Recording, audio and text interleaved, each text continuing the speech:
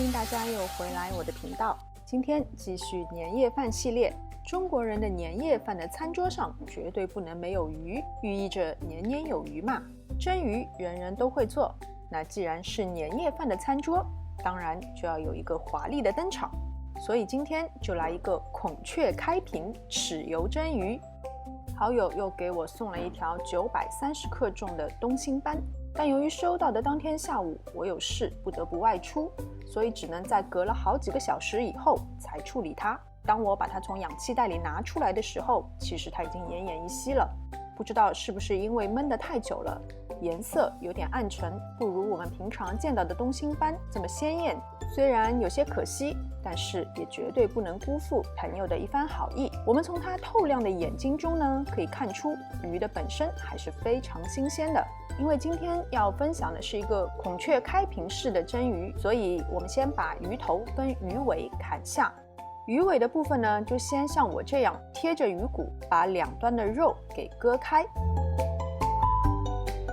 接着把鱼骨呢砍下一段，这样切好以后呢，鱼尾到时候可以站立在盘中。接下来我们来处理鱼身体的部分，这个两边的鱼鳍可以先用剪刀剪掉。我们切的时候，这个鱼的肚子的这个部分是不能把它切断的，然后从背部开始下刀，把鱼切成一片一片，但是又不能把它们切断。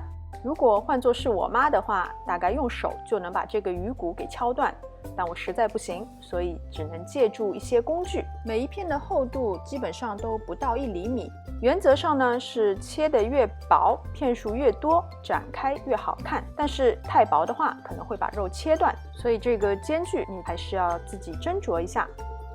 切完以后，我们加入大概1/2小勺的盐，1/2小勺的糖和1小勺的料酒，抓匀腌制片刻。鱼头和鱼尾的部分呢，也是加适量的糖、盐和料酒，同样腌制一下。这个东星斑的牙齿非常的锋利，所以你在腌制或者是清洗的时候，千万小心，不要让它的牙齿割伤你的手指。盘底铺上葱段和姜片。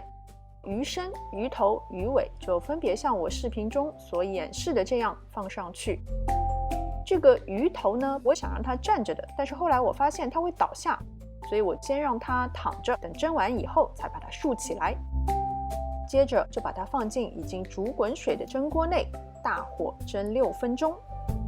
蒸完以后呢，其实应该先把盘里的水给倒掉，但是这个镜头我没有拍到，所以就借用以前菜谱蒸鱼的那个镜头，然后趁热呢，在鱼身和鱼头上分别都淋上1大勺的蒸鱼豉油，放上葱丝和红椒丝。这个切葱丝的方法也是之前已经分享过了，大家可以在我往期的视频里面查找。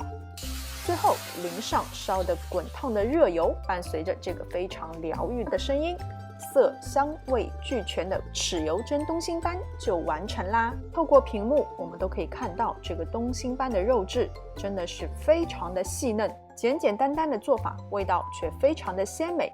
小心的把鱼头竖起来，高级感瞬间就拉满了。